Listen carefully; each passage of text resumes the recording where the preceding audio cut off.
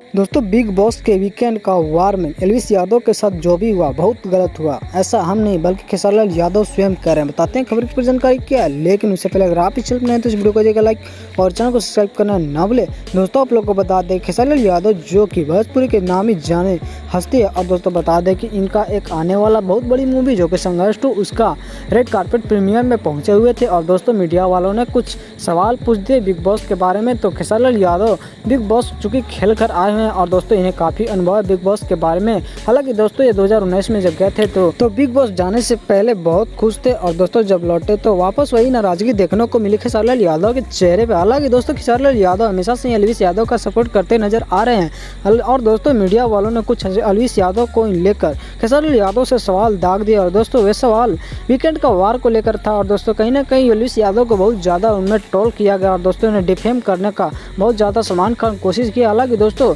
Elvis Yadav अभी बहुत बढ़िया परफॉर्मेंस कर रहे हैं बिग बॉस के शो में, और दोस्तों खेसारी लाल यादव कहते हैं कि एल्विस यादव उसके लिए डिजर्व करते हैं। हालांकि दोस्तों मैं उसके लिए डिजर्व नहीं करता हूं, लेकिन दोस्तों एल्विस यादव को खेसारी लाल यादव दिल से फुल सपोर्ट करते नजर आ रहे हैं। और दोस्तों इस बार एल्विस यादव ही बिग बॉस का विजेता बने, ऐसा खेसारी लाल यादव मनोकामना मांगे है। और दोस्तों कहीं ना कहीं खेसारी लाल यादव का ये मनोकामना पूरी हो। तो आप लोग क्या कहना चाहते हैं खेसारी लाल यादव के प्रति एल्विस यादव के प्यार को कमेंट बॉक्स में जरूर लिखिए। अगर आप चैनल पर नए हैं तो इस वीडियो को जगह लाइक और चैनल को सब्सक्राइब करना ना भूलें।